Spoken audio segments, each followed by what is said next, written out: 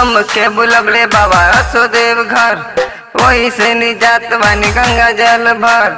बड़े निके लगे जब लचके कंवर कर चोय चोय, बोल बम बोली तब बढ़ता पावर करे चोय चोय।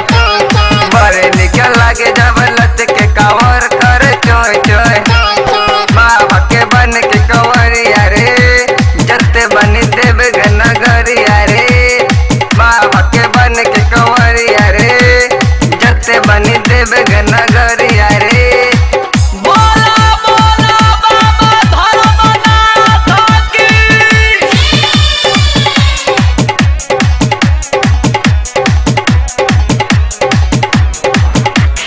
कितनो आई कठिन डगर, तब हम जाए असो बाबा के नगर।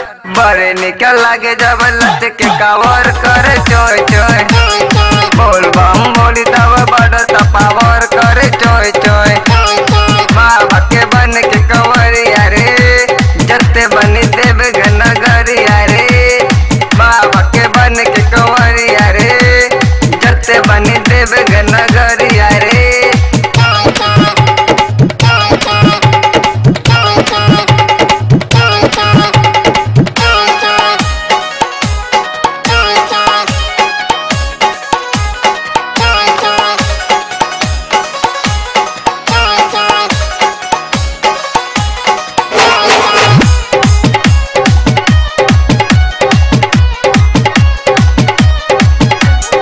हमरो जिंदगी आ जाए हो सुधार, फेर दिहे भोला जी हम पे नजर।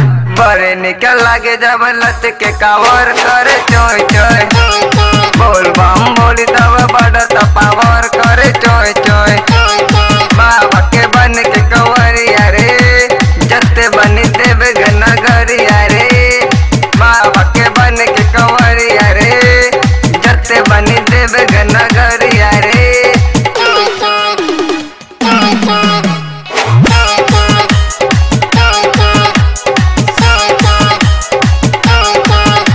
लिखले गाना गुरु राइटर, रंजन के गीतिया गुजला घर घर। बड़े निकल लागे जब लचके कावर करे चोय चोय, बोल बम बोली तब बढ़ता पावर करे चोय चोय। बाबा के बन के कंवरिया रे, जते बनी देव नगरिया रे। बाबा के बन के कंवरिया रे, जते बनी देव नगर।